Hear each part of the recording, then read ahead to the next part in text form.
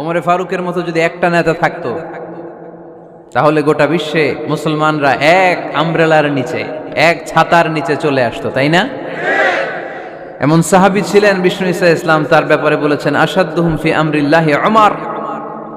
আল্লাহর জমিনে আল্লাহর দ্বীন বাস্তবায়নের জন্য সবচেয়ে কঠিন সাহাবী ছিল যিনি, তিনি হচ্ছেন উমর। মুনাফিকরা ওমরে ফারুককে দেখে ভয় পেত, খোদ শয়তান ইবলিস ওমরে ফারুককে দেখে ভয় পেত। আলহামদুলিল্লাহ পড়বেন না? বিষ্ণু ঈসা ইসলাম বলতেন, ওমর তুমি যদি এই রাস্তা দিয়ে হাঁটো আর শয়তান তোমারে দেখে, তাহলে শয়তান এই রাস্তা রেখে দিয়ে অন্য রাস্তা দিয়ে হাঁটে। লা নবিয়্যা বা'দি ওয়ালা রাসূলা। আল্লাহ রাসূল বললেন, আমার পরে কোনো নবীও নাই, রাসূলও নাই, তবে আমার পরে কেউ যদি নবী হতো ওমর নবী হয়ে যেত। এরকম একজন ওমরের আমাদের দরকার।